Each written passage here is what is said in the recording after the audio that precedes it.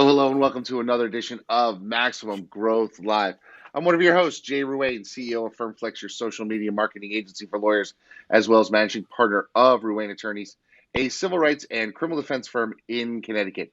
With me, as always, my man down in DC, Seth Price. Seth is the founder and managing partner of Price Benowitz, along with David Benowitz, a fantastic white-collar defense lawyer from really across the country now, I guess, and manages Price Benowitz, which has got offices DC, Maryland, Virginia, South Carolina, and up next, I'm going to say Wyoming, because I've been watching Yellowstone and I want to move out west, as well as Blue Shark Digital, your SEO for law firms based in the greater DC area. Where is it? So that's a question I have for you.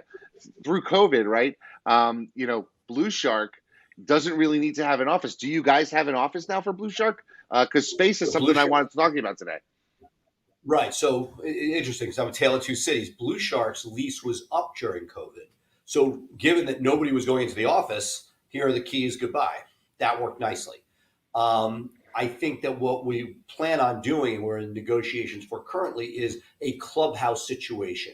Probably 2/3 of the space we had before, where you're not counting on people being in the office every day for two reasons. One, we've taken advantage of the things we've talked about back and forth about hiring people nationally, if not internationally, but nationally has been a significant factor so that not everybody is here and not everybody wants to be doing the surveys. Blue Right. Shark, huge on culture. I wish I could get the culture of Blue Shark at the firm, but because of that homogenous, younger, catchment group, there's a culture there and they want to be there 2 to 3 days a week. So having space, we're right now in negotiations for something down by Union Market, the hippest spot in the city, with open floor plans and huge outdoor space, but not a seat for everybody every day. They'll be plugging into docking stations when they come.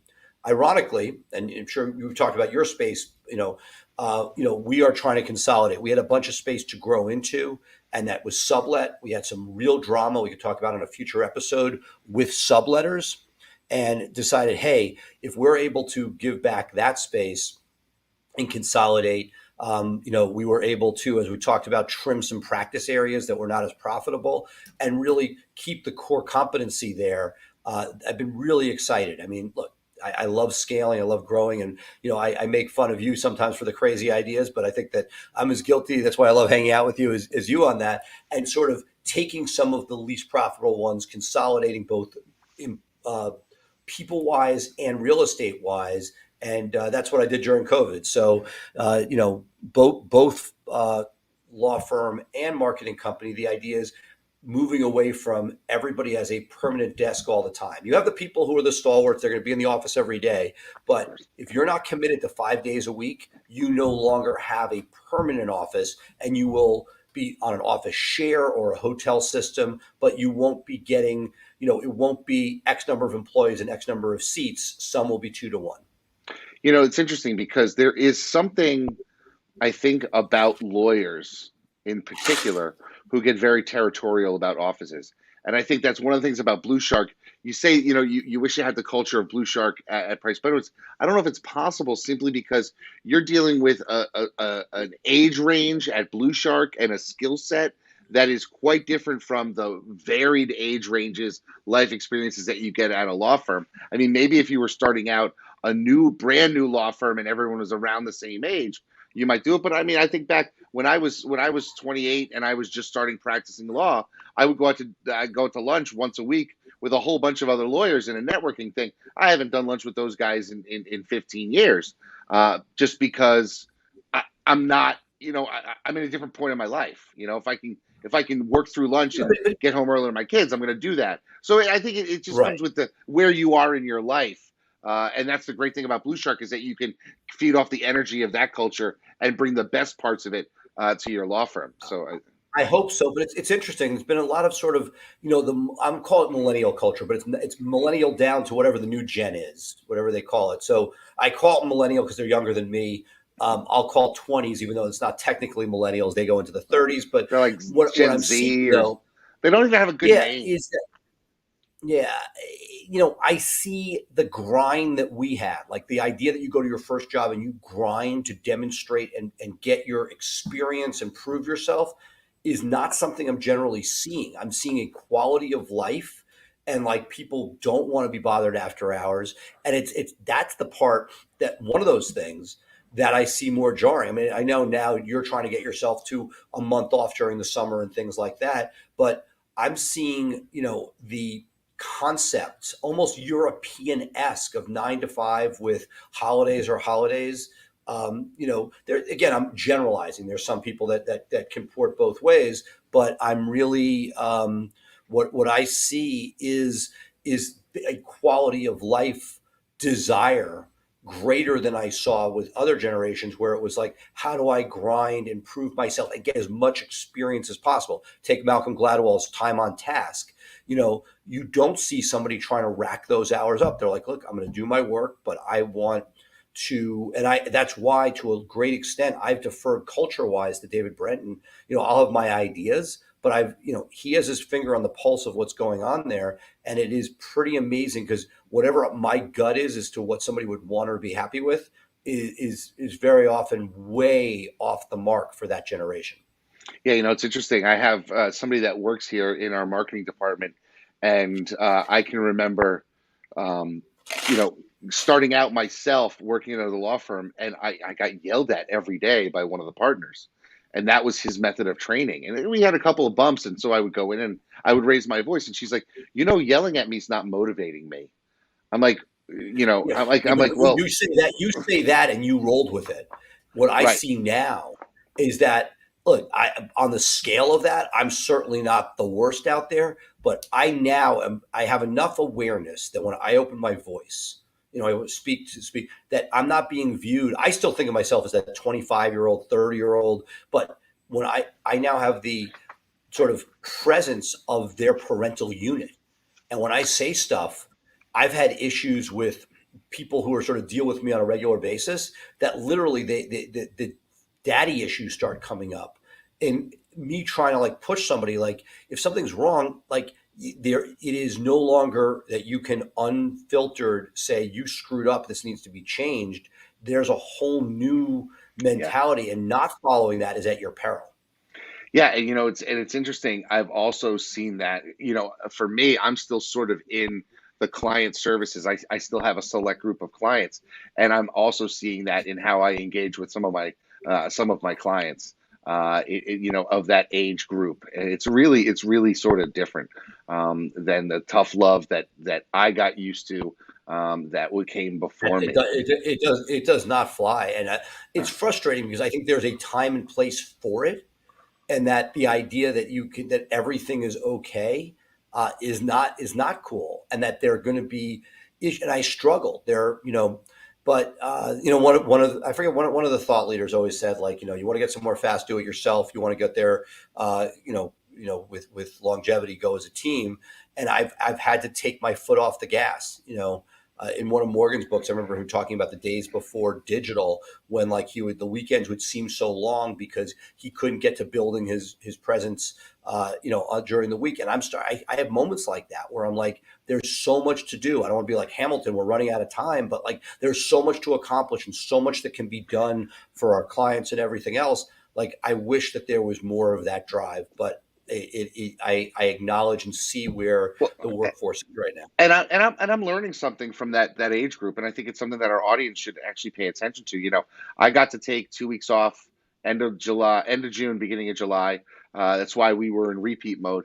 And I was sitting at the beach, didn't bring my phone with me down to the beach, and I was literally just watching my kids enjoy their time playing in the surf and the sand, and then getting out in the water with them. And I have to keep reminding myself that not only am I building my business, but I'm building these four lives, and that is as important, or probably more important to me than anything else. So I need to focus on that too, and take some, and walk away from some of the opportunities that I have in business to focus on the time with my kids. I mean, my oldest is 11. That's not old, but that's more time I've spent with her than I have left with her before she leaves for college, right? So I need to find those times, that I can really engage. And one of the things I was able to do over this time, you and I have talked about using overseas talent. I actually got somebody in managing my email and my calendar, and then with some spare time, I said, you know what, we need somebody who can just wrangle reviews. and she's been with me now. This is her third week. We've already gotten 20 new reviews because it's her priority. It was always on my list of priorities to email clients after we took care of something for them, but now she's on top of it, and they're coming in so fast we almost can't keep up with responding to them, which is Well, phenomenal. well, right. And I'd like to look, there are two different things you brought up there. First, the overseas labor. And I think that one of the epiphanies I've had, and I think you've been sharing it with me, is figuring out what countries are right for what tasks and understand there are things that are great out of India or the Philippines. It's very cheap. And there are things that that Latin America seems to be able to deliver. Again, generalizing out of billions of people, but finding truisms as far as what has worked in business for those tasks. I think the reviews, and I'd like to do a whole show potentially on this, is, that has been always, an area. It's so important. There's software out there, but at the end of the day, it needs to be focused on. And I can tell you my own journey was when I had this as part of intake, it never worked because both you and I have been fortunate that we've built our firms where intake is always busy and busier, and that there's never that excess bandwidth. And like I had several times during the last 10 years where intake, when they were in charge, would say, oh yeah, we got busy. We haven't looked at it in 4 months. That's Yeah. not uncommon, right? And so the idea that it's a person in charge, even if it's that person's one sole responsibility to call and remind you every day so that it's in your mind, it's part of that where it is somebody's responsibility. It's just so incredibly important. So glad you found that Well, piece. and one of the things that I also wanted to bring up to you that I think is something that maybe our audience wants to listen to is that, by going overseas, we've been able to get some economies and save some money in some other areas because, the stateside receptionist, I'm able to get a receptionist at half the cost overseas that can do the job. What we've decided to do is actually take some of the savings that we've seen and actually invest in a full-time salaried position in office, but we'll be traveling, videographer, photographer, that type of thing in the office. It's going to help some of the lawyers with exhibits for trials, but also help us just, because right now it's been falling on me. Oh, I got to do videos, I got to do that thing. So now I'm going to have a project manager who has the talent to go out there and take the pictures for GMB, get the videos to put up on social, and I'm looking forward to seeing how And that look, works like over a couple of anything months. else, look, one of the things my law partner Dave Benowitz always talks about is like, if you look at this as an ongoing number, it's pretty scary. But if you say, hey, here's my number for 3, 4, 6 months, not the end of the world. And Right. the idea that you have that in house. Look, the truth is with Zoom, we probably don't physically need it, but it's the same as the reviews person. If there's a guy there every day, his one job is to get content out of you, it's going to happen. And if the Right. answer is it can be done anytime and it's on Zoom, it won't be. We at Blue Shark, we interview the lawyers for content that we can extract and use in different forms and fashions for the websites. And in theory, we could send a link to the lawyer and I wouldn't have to pay somebody to sit there and speak to them and feed them questions. It doesn't happen. So it's the Right. accountability. John Fisher talks about it with weight loss and other things. Like it's no different here. You're looking for video accountability or intake accountability. And with each of these things, it's so important. Yeah, you And that kind of definitely need people. look, that dovetails, I think, great to our guest today because this is a guy who is one of those special lawyers. Our generation may be one of the greatest combinations of legal acumen and marketing acumen in one. It's just amazing to see what he's done over the years. Yeah, so his name is Steve Gursten. He runs Michigan Auto Law. He is personal injury focusing, concentrating, specializing, however you can say in that district, on serious motor vehicle accidents. He actually has something interesting in preparing for the interview. I did sort of a deep dive, and he actually does something that a lot of lawyers don't do, and he talks about right ahead in his website about transitioning from other lawyers to his firm. And I found that fascinating because, it's not really talked about, but there are a lot of hack lawyers out there, not in our audience, of course, but there are people out there who sign up a file and then go ghost on a client for 6 months. And the client have questions to answer. And they may not get them. So they may themselves be doing research. And by positioning himself that way and making there a resource, I think it's a genius idea. So I want to talk to him about that. So Yeah. if it's cool with you, we're going to take a little break. Now, everyone should know this is actually an interview that we did earlier. It's not something that we're doing right live today because we recorded this earlier with him to fit in to the schedule. So we're not live, but when you come back, we'll be dressed a little different, and we'll talk to Steve Gursten. And then after that, of course, we'll come back and share our thoughts on it. And I'm really excited about this interview, Seth. So, folks, hang tight. Hear a word from our sponsors, and we'll be back live with more Maximum Growth Live.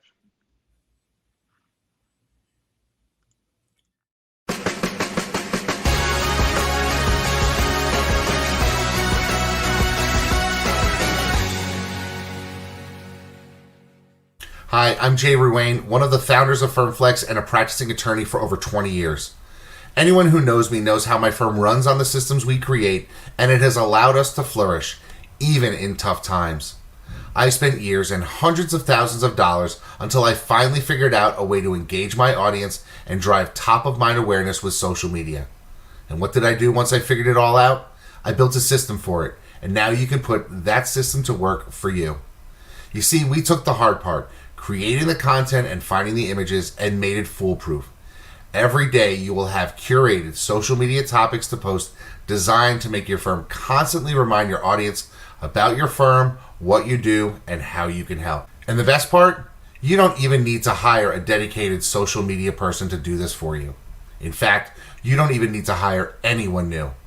We designed the system to make it easy for you to delegate to your receptionist, assistant, or paralegal and have them execute solid social media for you in just 5 minutes a day.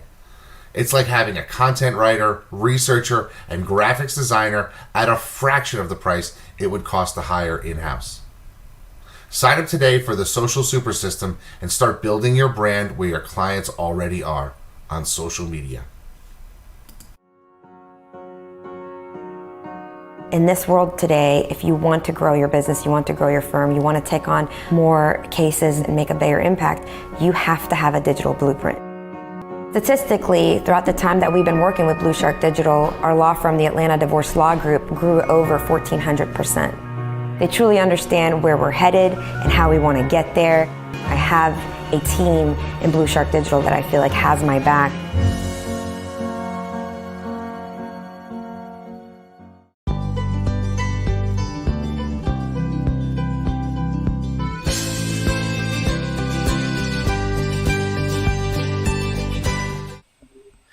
Thrilled to have longtime friend Steve Gursten, managing partner of Michigan Auto Law. Welcome, Steve. Thank you. Thanks for having me. We met years ago, and one of the things I've always loved about you is, you had a multi-generational practice, which is freaking awesome, right? But you didn't just, rest on your laurels. You, early days of SEO, created more quality content when nobody else was doing that and built out quite a dominant position. And it's been great to see not only Michigan do well, but you've also sort of created a national practice with trucking. Neat. Tell our listeners a little bit about how you went about, building your local presence, with what was, you didn't start with nothing, but you certainly created quite a juggernaut. Well, if you've ever read Malcolm Gladwell of Outliers, I kind of feel like I was in the right place at the right time. The internet was just coming along. I was young enough to actually see it and I think get it better than a lot of older lawyers. But I was accomplished enough and I'd had enough results and success that I was able to establish that authority and that web position that started leading to the phones to ring. So it was being in the right place at the right time. And also, frankly, I didn't want to compete with 20 other people on TV in Michigan. I couldn't ever figure out how, on a 20 or 30-second TV commercial, that I could be, as Seth Godin would also say, remarkable and different. How you could have a purple cow type message to distinguish you from literally 20 other law firms that were buying commercials on television. And yes, Michigan, like most markets, has its one or two 800-pound gorillas, but your choice, I guess, would be spend $8 to $10 or $12 million a year for 3 or 4 years to start competing with them and building a brand. Or for me, the internet was an easy choice because back then, and even still now, it's sweat equity, and it's not like just throwing a whole bunch of money at it like you do with TV or Yellow Pages, when lawyers used to do Yellow Pages. Creating 10x content, creating great content that people want to link to, creating value, creating something that's of substance and of help, that you can't hire a blog content writer at $30 a blog to do for you, but that is something that is really unique and really good. It's something that doesn't take a lot of money, but it does take time. And, especially when I was a young lawyer and I was building a practice, the one thing that I was always so afraid of was, how can I distinguish myself and my law firm in an oversaturated field where the supply of lawyers is higher than the demand and you have a shrinking pie. And, the internet was a really nice way of doing that. And it turned out to be a very wise decision that has paid off many, many times.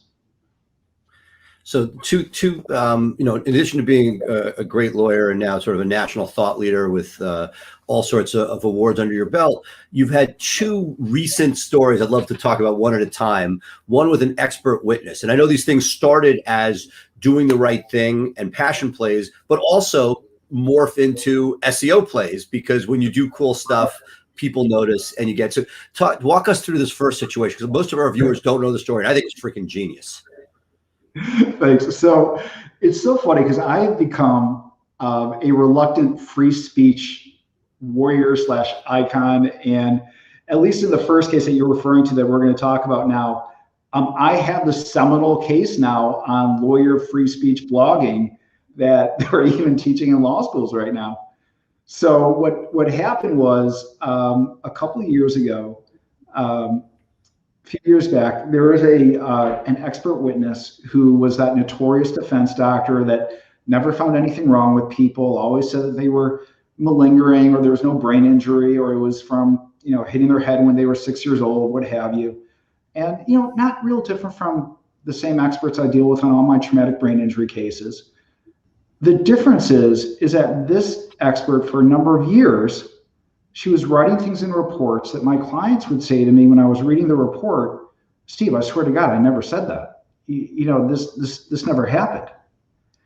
And I was in Jackson County, Michigan, which is the most conservative venue in Michigan, with a very, very Republican conservative judge. But what I did was I brought a motion to videotape the exam, and I attached affidavits from prior clients that said, "Hey, this is what happened. I never said this." And I at least created that question of fact. The judge actually allowed me to videotape it. And then she still put things in the exam and in the report that my client never said because we had the videotape. And I was so angry.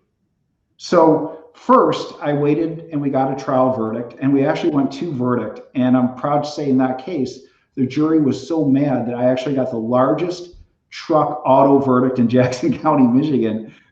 And I think she was a big reason why, because the jury was so offended. And then afterwards, I wrote a blog, and I wanted the world to know what she was doing. So I wrote a blog, put it on my website. I put her name in, and I wrote something like, I can't remember exactly what it is this notorious IME doctor lying? Read the transcript and see for yourself.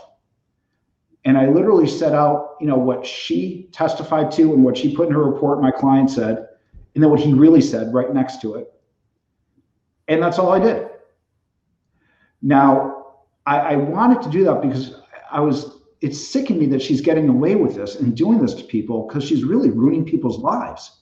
If the jury had believed her instead of my client, right, who was, let's face it, an injured plaintiff asking for money in a conservative venue, they could very easily have believed this Harvard-educated psychiatrist over my client and turned him away with nothing. And he was disabled for life. So I wanted the world to know. So I wrote that blog. I included and embedded the video of it, the exam, and my cross. Yeah, and what I didn't know, Seth, and this is where it gets interesting, is somehow this really notorious IME doctor was on the Michigan disciplinary committee.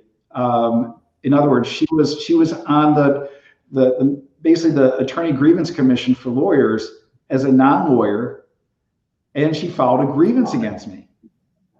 And not odd, scary as hell. You know? Well, odd that somebody like an expert witness who's like in that game would be like who's doing all those nefarious things. The irony, like, it was. So she sends this grievance, and she goes, "My first thing that I'm asking for is that Gursten goes to Google and takes down this blog and all these search results, which is of course easy to do, as you know, right? I just have to pick up the phone and call Google." But then she also was going into my license. Because of your blog, when you Google her name. Yeah, my blog was coming up first. Right, exactly. So at that point, I said, you know what? If I'm going to go down, I'm going down swinging. And I want the world to know what she's doing. So I wrote a second blog, and I really laid out everything she was doing that was literally destroying people's lives. You know, how in my case, she completely made up answers. And I posted it, and that exploded. So like you said, it was literally trying to make lemonade out of lemons, because I knew, you know, my biggest fear was if I kept everything quiet and we did things within the attorney grievance commission, you know, my fear was she's walking down to the people down the hall, whispering in their ear. And I didn't want to put my license, especially when I had done nothing wrong, in the fate of complete strangers where there might be political games going on. And I felt that the best thing is sunlight and transparency. So I put it out there. I let the world see. I am, as you know, I'm very connected with AHA, and I'm a former president of the Traumatic Brain Injury Committee. So I reached out to the brain injury associations of various states, various TBI listservs, the marketing listserv, which is where you saw it, and it exploded. It went viral. And I can't even remember, but I think it was something like 700,000 unique visitors on that blog. The number of views, I actually had to switch from Vimeo because it was costing me a fortune. You know, but you know, all of a sudden, the New York Times started calling the Attorney Grievance Commission, the American Bar Association, the Washington Post, Reuters, AP, and you know, number one, those are probably about the best links you could ever get, and they were linking to my blog. Number two, when you're the head of the Attorney Grievance Commission and you're getting a call from a reporter at the New York Times, you know, about this, and I laid things out so clear that the happy ending is, long story short, she's no longer doing IMEs. She got thrown off the Michigan Attorney Grievance Disciplinary Board. Thank you. And, you know, I felt like, you know, we were doing a service. But the funny thing is, up until that point, even though you would think lawyers should have more free speech rights than other professions just because of what we do for a living, if you read the case law, we've actually had remarkably less than the general public. And most of the cases have gone down very badly for lawyers who blogged opinions, where they have been disciplined. And my case is really the first case where it all got thrown out, and they said I had a First Amendment right to reveal all of this. So it was a happy ending all the way around. That's awesome. Before I flip to Jay, I know wants to talk about the market that you're in. I wanted to sort of, there's a second cool story which dovetails to a lot of things that our listeners are struggling with, which is obviously reviews are a huge deal. And we hear about this from our listeners all the time, and clients at Blue Shark, et cetera, where you get a review, you know that it wasn't a client, and you're 90% sure it's a competitor. Well, Steve doesn't just sit back and just, hit the like, please remove button to Google. Steve takes it to another level. And again, I admire this. I think we've actually started a few campaigns using this strategy. But talk to us about the situation and how this unfolds. Fascinating, and the future. Thanks. Yeah, once again, I found myself a reluctant free speech warrior, right? So in this case, I've been very fortunate, and like I'm sure you teach your clients, Seth, because you really do everything right. If you do things the right way, call people back, have empathy, care, the reality is most people are going to be really thrilled with you as a lawyer, and the reviews are going to reflect that. The only negative reviews Steve, you generally, when something isn't right, whether it's unrealistic expectations, we all have those. You know where those are. Those are not surprises, and you're well aware of it. And if you get one, that's part of the game. But that's not what we're talking about here. We're talking about here when you get something that's not that.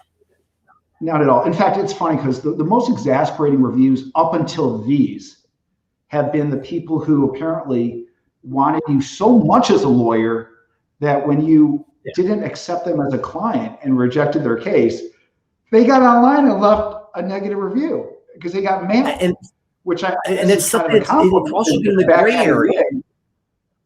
No, right. Agreed. And Yelp used to have that, not for Yelp, not for Google, but that wasn't an actual. There was a period where you could get that removed because it wasn't a true experience for the user. Right. And they backed off and said, yeah. It's like if you walk up to a restaurant and they don't have a table for you, is that a valid review? And to me, no, because you've never tasted the food. So, anyway, so this is, again, we all have that. That's the bane of our existence. But the next level, which, again, in the last 2 weeks, I have started to see these things pop up myself for some of our lawyers, has been, carry on. Right. So that's a whole nother issue. But so one day, I get my first really negative review, and it's from a person that I'm looking and I've never heard of them. I don't know who this person is, and I check our case management software, I check our intake software, I look through Worldocs. This person has never called our office. They've never spoken to any lawyer or any person in my office. We've never had any contact with this person. And under this person's name, there was a 1-star review. Literally, just like with you, within a week, the same thing happened with another person. This one named Tom Mahler, who, again, left a 1-star review and started leaving really negative comments in newspaper articles about me as well. Problem is, again, I never represented anybody by that name. Like below the article, they would just start throwing nonsense into the blog. Exactly.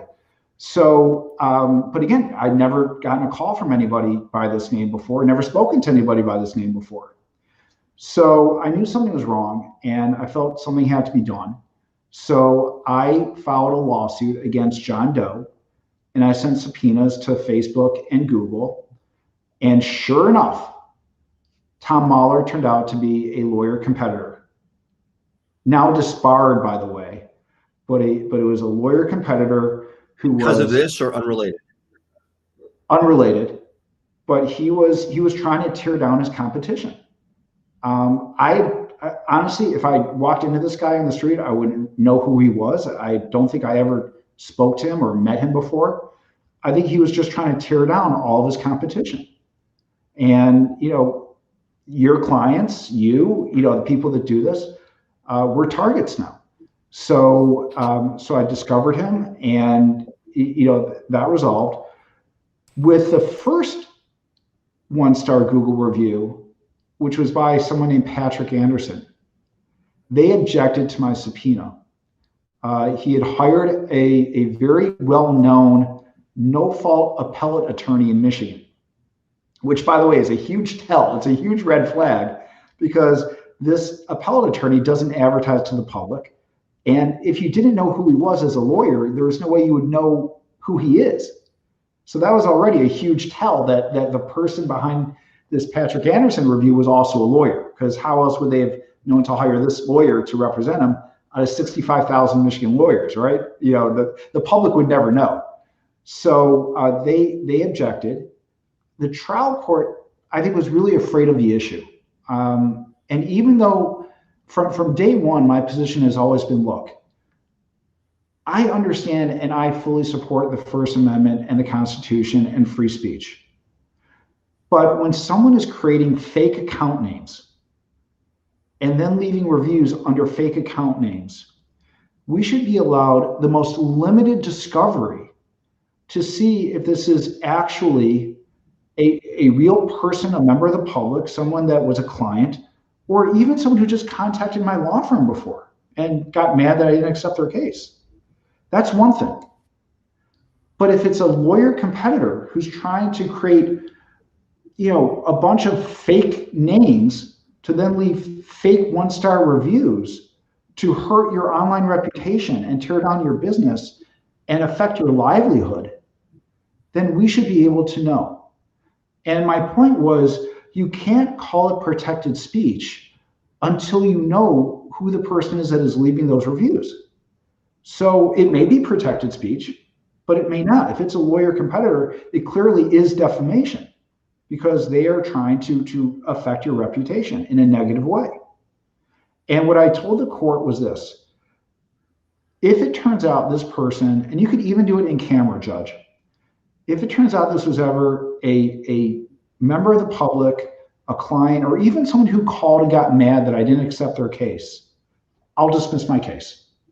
I'll dismiss it in 10 minutes.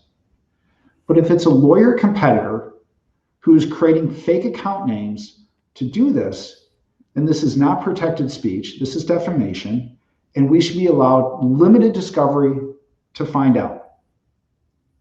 So that case then went to the Court of Appeals, and the Court of Appeals actually ruled against me in what I think is a really flawed and very dangerous opinion that I actually have on my blog that people can link to and read, where they said, even though this violates Google's policy guidelines on reviews, even though this may or may not be protected free speech, we're going to interpret this comment, even under a fake account name, even under a pseudonym, as with the widest possible deference to the concept of speech.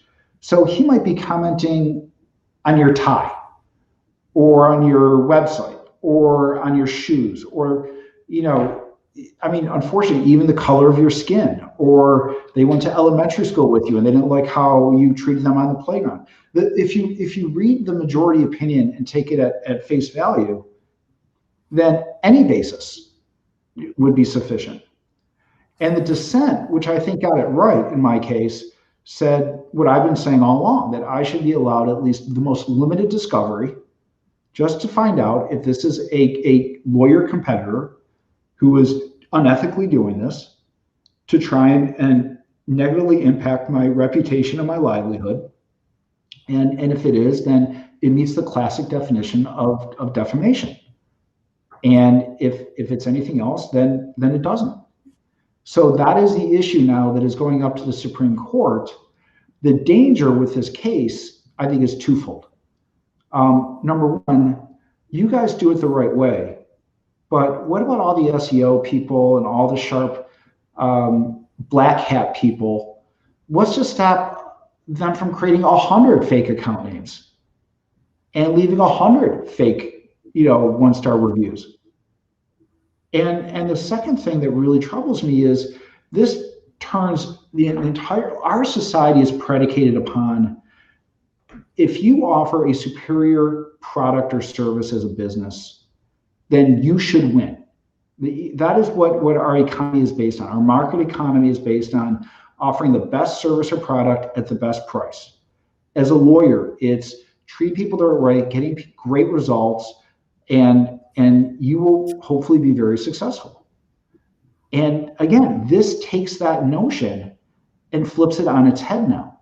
So what we're saying is all those things don't matter. That, by the way, lawyer ethics don't matter, because there are very clear, bright line ethical rules that talk about misrepresentation and deceitful conduct. And what should matter is apparently how good you are with negative black hat SEO, so you can tear down your competitors so that you look good by comparison. And I am 100% sure that's what happened to me. In my blog, I talk about the 4 red flags that gave it away. How did you end up getting the name? The name behind the lawyer? Yeah. So I'm actually pretty good at this because I'm the current president right now of the Distracted Driving Litigation Group, which means I do a lot with distracted driving, which means I send a lot of subpoenas to Facebook. I send a lot of subpoenas to Google. In this case, it was easy. It was just like I've done 1,000 other times, where I suspect that you have a driver that's, playing on Facebook or on their phone or, driving distracted for any number of reasons. You got the answer from the subpoena. This all took place afterwards, academically. Yes, with Tom Mahler, the attorney behind Tom Mahler, the disbarred attorney. With the first lawyer, who was Patrick Anderson, he had already hired that no-fault appellate attorney to represent him, who objected to the subpoena, and we went to trial court. Now, if I had won in the trial court, like I would in any distracted driving case, where I'm trying to prove that I want to download a cell phone, I want to get to their what they were doing on Google or what they were doing on Netflix, would have been an easy call. But I think the problem that sometimes we run into is you are law firm owners. You are in the real world. And I hate to say it, but I think sometimes some of these judges, they've never really had real jobs. They don't understand the real issues involved here. And just how, if you're an owner, if you're someone who's put yourself out there and risked things, taken risks, this is viscerally insulting what's going on. Because you realize just how unfair it is. And I think sometimes I totally feel your pain. I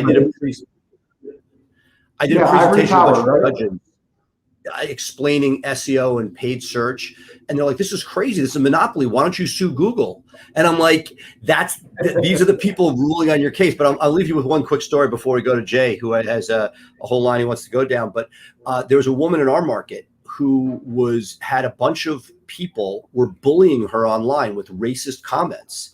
And she did a similar suit that's what you laid out.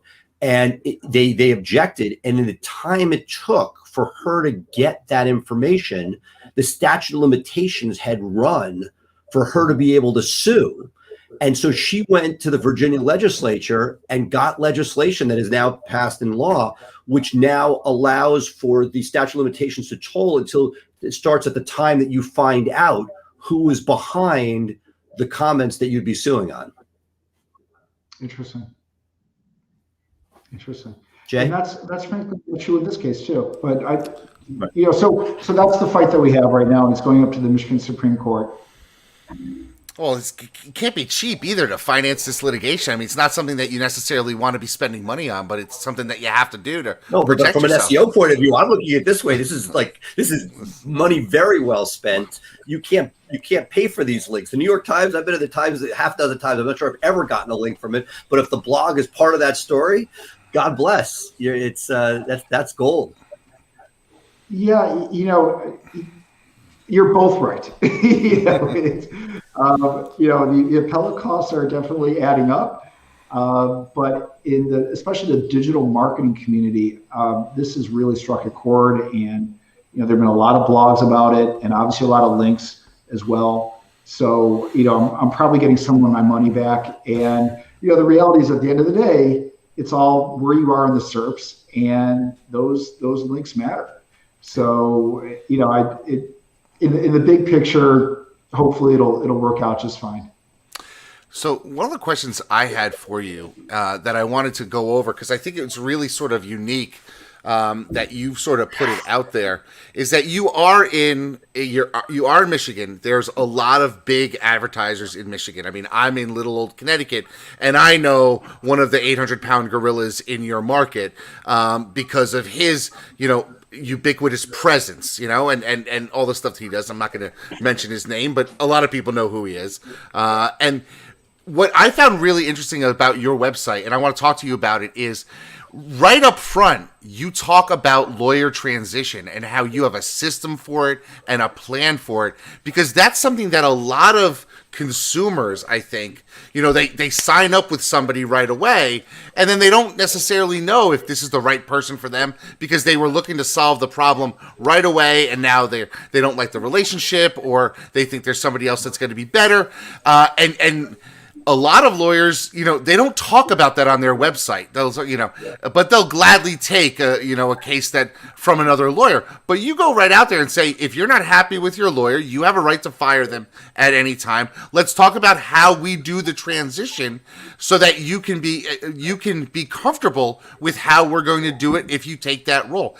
Can we talk about that a little? How you came to that thought, and really how other lawyers in your market sort of reacted to it? Because I'm sure that, making a system for that, for transitioning away from them and onto you, is something that a lot of lawyers are like, hey, why are you telling people that you'll do that?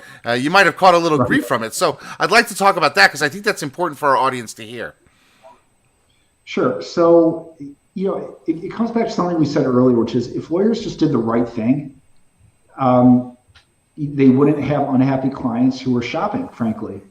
And, the reality is we have a very well positioned website that shows up at the very top for most of our keywords, fortunately. And so we get a lot of calls and a lot of traffic from people, some of whom have already hired other lawyers. And the reason these people are getting on our website is because they're unhappy. Why are they unhappy? The number one reason is they never hear from their lawyer, and that lawyer is not returning phone calls. So we get so many of these cases that, and the other thing I should just add is in Michigan, and I think sadly in many other states, we have an epidemic of really illegal ambulance chasing and illegal solicitation. So we have lots of runners, we have lots of people that are being signed up with a knock on the door. There have been literally front page newspaper stories about lawyers bribing police officers and getting unofficial police reports so they could send runners to people's houses. So we have that dynamic too, and it's happening to hundreds of people. And then what happens is these lawyers who are doing illegal solicitation and ambulance chasing also tend not to be the most have the most functional offices and, again, return phone calls and get the best results.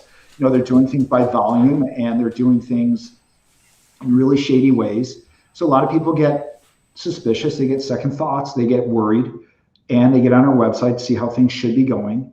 So we created this lawyer transition plan, Jay, to kind of answer, I'm sorry, my lights go off automatically when I sit too long. I'll sit up in a second, but basically to answer the questions that people have so they're not afraid, and they know that if they're unhappy, they can jump ship. And what I do as a practice, and it may cost me a fortune, I really don't care. I try to do things the right way. So if it's a lawyer I know and it's a good lawyer, sometimes life gets in the way. You're in trial, there's a miscommunication, someone got sick, so I always call the lawyer and give a heads up. And, and a lot of times I can put them back together and just say, hey, you have an unhappy client, you got to call them right now. If that client is still insistent, I actually go out of my way and I say to the lawyers, let me treat this like it was a referral from you, because you're going to lose this case anyways. So I'll pay you a referral at the end, and we'll just pretend that this came from you. And actually, it's funny because now a lot of my best attorney referral sources are lawyers who I voluntarily agreed to pay a referral to, and they keep sending me cases. Yeah, that's great stuff, and I've been on both sides of that. I've had a crazy client show up, and they put them in an Uber back to us, which I think was they didn't really want. And I agree with you that if when it's in the one time that somebody had fired one of my mentors in town, and showed up on our doorstep, I didn't see the case got signed until the following Monday. And on Monday, I'm like, how did we get a case from this legendary lawyer? Yeah, the person was crazy. We never should have taken them as a client. It was the biggest pain in the ass that ended in So I see a common theme through your talk, which is do the right thing, good things happen. Exactly. And the only distinction I have is, when it's one of those ambulance chasing lawyers that is doing a legal solicitation, I'll take the case. They shouldn't, in my opinion, they're a black eye to the profession. They shouldn't be, ethically practicing anyways. And we take the case. And the lawyer transition plan really lays out what is allowed under Michigan law, what is not allowed, and just how easy it is for you to choose another lawyer if you feel like you made a mistake, or if you feel like you're not in the right hands. And and like I said, we fortunately get a lot of cases like that. I think it's a brilliant idea to be upfront about it, and really put it out there, because I think that's something that the consumers need to know. I mean, we're dealing with an access to justice issue in this country for a lot of reasons, and to be upfront about it, I think really separates you from the masses. And I think it's a genius idea for growing your firm, because it allows you really to sort of just be objective about it and say, here's what's going to happen. And who can complain about that? I mean, obviously, the people who are losing those cases could complain, but honestly, if they did what was right, they wouldn't be losing the case for the most part. And that's exactly what we established. And the other thing I just want to add is again, this comes back to just the amazing power of the internet. That we are finding clients, whether it's reviews, where they're spending hours reading reviews. I mean, really reading them, and that's still. Even to this day, it amazes me, even though we get so many clients who read our reviews, but it's also clients that are spending hours on Google doing research and trying to find out roughly how the process works, or more about what their case may be worth, what the law allows and what it doesn't allow.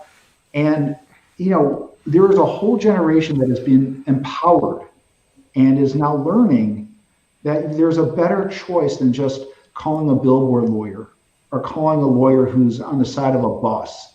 And this is why it is so important to spend the sweat equity and really put out great content and really think about how your content is going to be unique and valuable.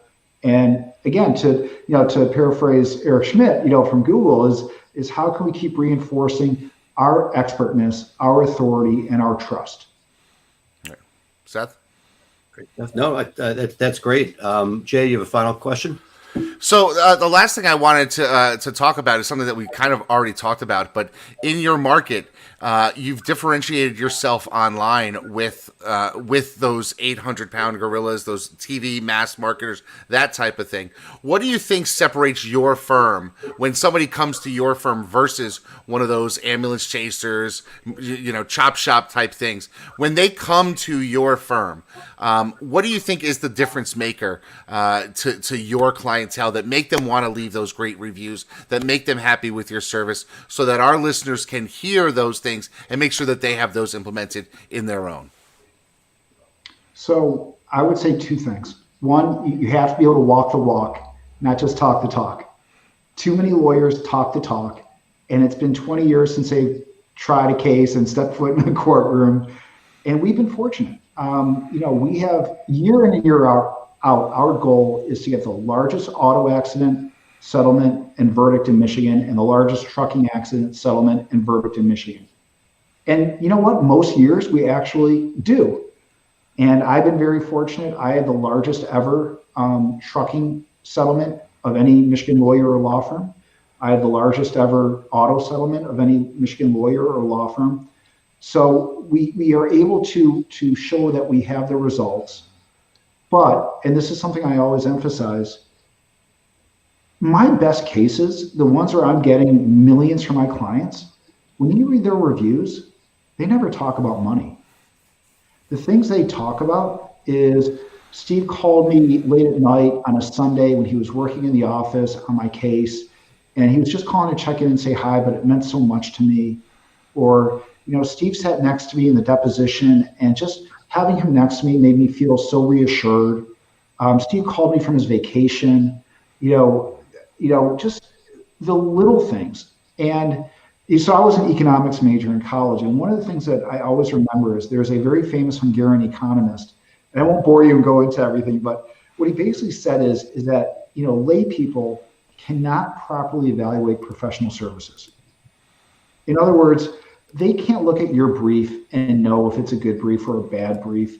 If you tell me you got them $1 million on a lumbar fusion, they really don't know because they have nothing to compare it to. They don't know if it's a good result or a bad result. What they do know is how you made them feel. And that is most important of all. That's why people stick with their Merrill Lynch stockbroker year after year, even though the guy loses them money every year because he takes them golfing, he makes them feel good, he goes to their weddings, and and they act like social friends. But if you can have that kind of empathy, that kind of connection, and that kind of rapport with clients, and combine it with great results, so great service, great results, and it's got to be part of your culture. It can't be just something you say once a year. You have to make that your core culture. So in my law firm, I make it very clear, we are a trial law firm, and you will never, ever get in trouble with me if you go to trial and you lose. Because that happens, right? If you try enough cases, there are going to be cases that you won that you should have lost, and there are going to be cases you lost that you should have won. That's part of being a trial lawyer. But even when you lose, you increase the value of all the other cases in your office. Absolutely. Because the insurance companies know that. So I don't care. You can spend as much money on jury consultants, on experts on these cases. Go try them. You'll never get in trouble with me. The only reason you will get in trouble with me if you are a lawyer or anyone who works in my law firm is if I ever find out you're not returning phone calls.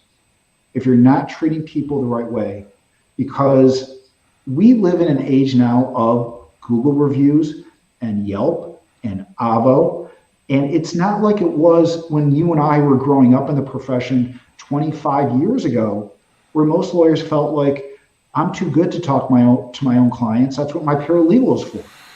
And we have a whole generation of older lawyers who still feel that way, which is insane. And the whole point of reviews is it has forced needed accountability on the law profession. And it's forced us to reevaluate how we treat clients so that instead of looking at them as a case number, we should be thinking more in terms of Nordstrom's type service, going above and beyond, of Disney type service, of trying to wow them and really showing by showing them you care. And if you do that, then the reviews are going to come. And I believe it is a great, holistic, healthy way to grow your law firm. And it amazes me that so many lawyers still to this day are so bad at just the very basics. And, even just, you look at websites, most normal people are scared to death of lawyers, right? You look at the lawyer poses on these websites, and they have their arms folded and crossed, and they're scowling, and it's the exact wrong message when people grew up in a world where they didn't know lawyers and didn't go to country clubs, and their parents weren't friends with 100 different doctors and lawyers. They were scared to call you. So those reviews that show that you care, that you're a normal person, all those things matter so much. A warm smile, being friendly, being approachable, that matters so much. So it's always a combination of things. It's never one thing, Jay. But what I would say is you have to determine what you think are the core things you need to succeed long term. And for me, it's obviously giving great client service and having great results for our clients. And actually, that's how we've now multiplied our lawyers. We started off as 4, and I just hired my 21st. Wow! So it's a nice way to grow, without having to do TV, awesome. Without having to do all the traditional advertising methods. It's really been the internet, lawyer referrals, and just doing things the right way. Education-based marketing, speaking at seminars, doing all the things that I think lawyers should be doing anyways. Absolutely. It really goes back to the core stuff. Folks, we've been talking with Steve Gursten from MichiganAutoLaw.com. Steve, thank you so much for being with us today. And folks, we will be back with more Maximum Growth Live.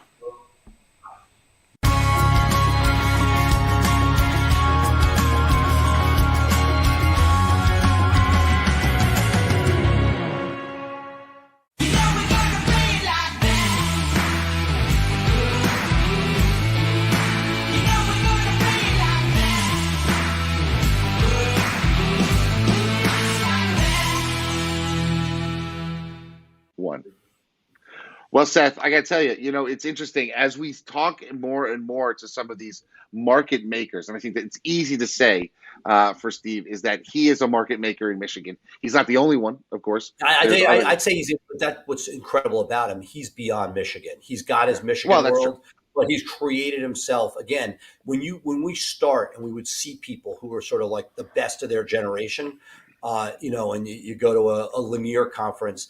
I think that he is the Lanier of our generation. And when we look back in 20 years to what he's built and done, he's going to be the guy that people are going by the thousands to hear speak. That's really awesome, and we got to have him on our show today. Of course, with me, it was interesting. We talked a little bit about systems and their role, and I think that's something that we've heard time and time again from anyone who's really scaled their practice to any great levels. Is that it requires you to have a systemized process to be able to do it, and in fact, we have him as part of my Systemizing Your Law Firm for Growth Facebook group. And he's posted a few times some of his systems. I really want to reach out to him personally, though, and get him to post how he goes about subpoenaing records from Facebook, because I think there's something there that a lot of people can use, both on the civil side and on the criminal side. And people are on their phones constantly. I know I am. And I bet you that stuff is really valuable in the context of a personal injury case. What are your thoughts?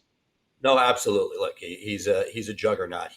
And what I love is he's one of the few people that I feel has combined great marketing and SEO, my passion, with the substance. And to see, you talk about subpoenaing things, to be able to leverage that, not just to get justice, but then to create an opportunity from the SEO game.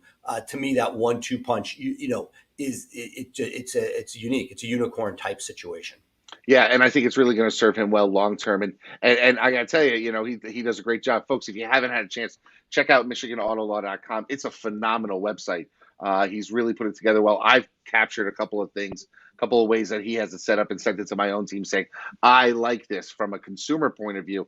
This is really good to get people in, to get them into your funnel." One of the things that's important is that Google wants people to take secondary actions once they get to a website.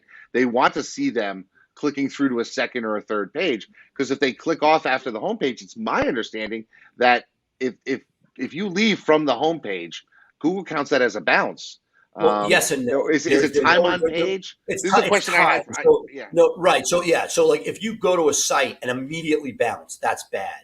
But if you go there and you're there 45 seconds or a minute or whatever it is, Google, again, this is not forward facing, but clearly Google knows if you get the answer to your question, that's good. What they don't want is somebody goes and says, that's not for me, goes back to the searches and goes somewhere else. That's what they're looking for, because Google wants a result that sticks. So if you go there, click on a phone number, get your phone call, and you're done, God bless. What they really don't want is somebody who goes there and says, this is not what I wanted. This is not the information I wanted. And that's what they're trying to prevent. Yeah, it's interesting. It's funny.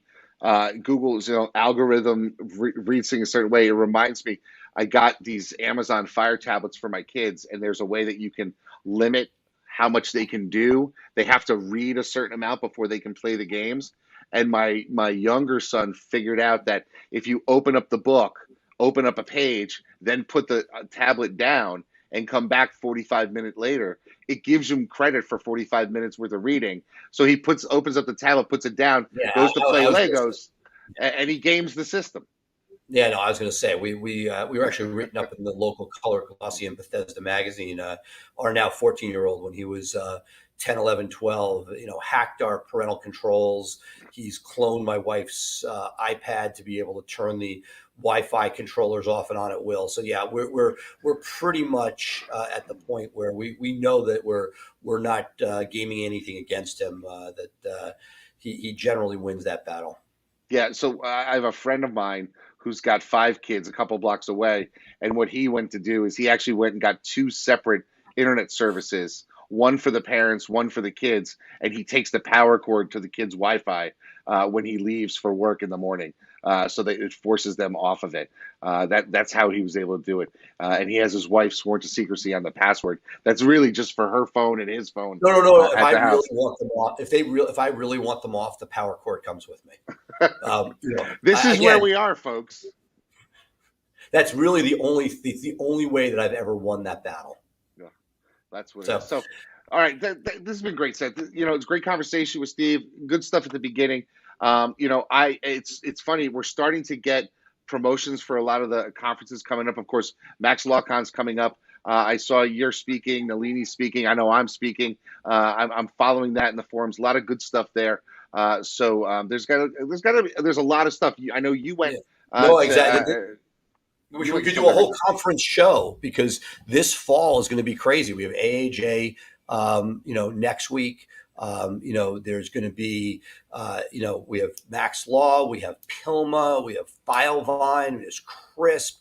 There is no shortage, and maybe we need to have a conversation about like what's right for which people, because it's there's no shortage of these coming up, and right now I think you have to make some tough choices because it is part of why I started Blue Shark is it allowed me. I was speaking because I was frugal and I could go to conferences for free if I spoke. And if I'm speaking, I might as well. Everybody else is selling something. I might as well have something. And that was sort of one of that and keeping my team together. But let's next week let's talk a bit about what the options are and help people make some of those decisions. Yeah, it's interesting because you and I have been to a lot of them. Probably all of them combined more than one time. But people who haven't may be wondering, am I going to get something out of it? And each one has their focus. Absolutely. And I think that's the key. I think that, I always say nothing good. Getting out of the house, good things always happen. Some is serendipity, some is a speaker, some is the guy sitting next to you. Some of it's a people that you meet that become your tribe. I was at a PILMA 10 years ago. And I am still buddies with the guys who sat around me from that one conference. Gary Christmas, one of my favorite lawyers out there, who, by the way, just had a massive hit. He had one of those crazy 8-figure cases that awesome. He was able to settle for a very deserving client. Very sad situation, but. I think there are huge advantages, and maybe let's talk next week about strengths and weaknesses of each one, or not weaknesses, but like what's right for which person. I love that. Okay, folks, so that's going to do it for us today here on Maximum Growth Live. As always, if you want to follow along with us, you can subscribe to the Maximum Lawyer podcast where we are syndicated, or you can download this version on our own standalone Maximum Growth Live podcast, both available wherever podcasts are available, right? Because they're not really sold. I guess you are. I guess you can have paid podcasts, but I don't know any of those that are successful yet. I'm sure that's the next big thing, right? Of course, if you want to follow Seth and learn more about digital marketing, you can follow his feed, this SEO Insider with Seth Price, where he interviews all sorts of digital marketing experts from around the country. I know I follow it because there's always a nugget or two that you're able to pull out of people. And of course, if you love systems like I do, please join my Systemizing Your Law Firm for Growth Facebook group. We've up to about 400 people now, and I'm constantly pushing out new systems. And as I mentioned at the top of the show, I'm going to be adding a videographer soon. So I'm going to put up a system for how I found them and how I was able to recruit them. So that way, in case you want to do something along those lines, you have the skills to be able to do it. But that's going to do it for us here today, here on Maximum Growth Live. I am Jay Ruane. He is Seth Price. And we are happy to be with you every week here, Thursday, live, 3 p.m. Eastern, 12 p.m. Pacific. And that's it for now, Seth. Bye for now.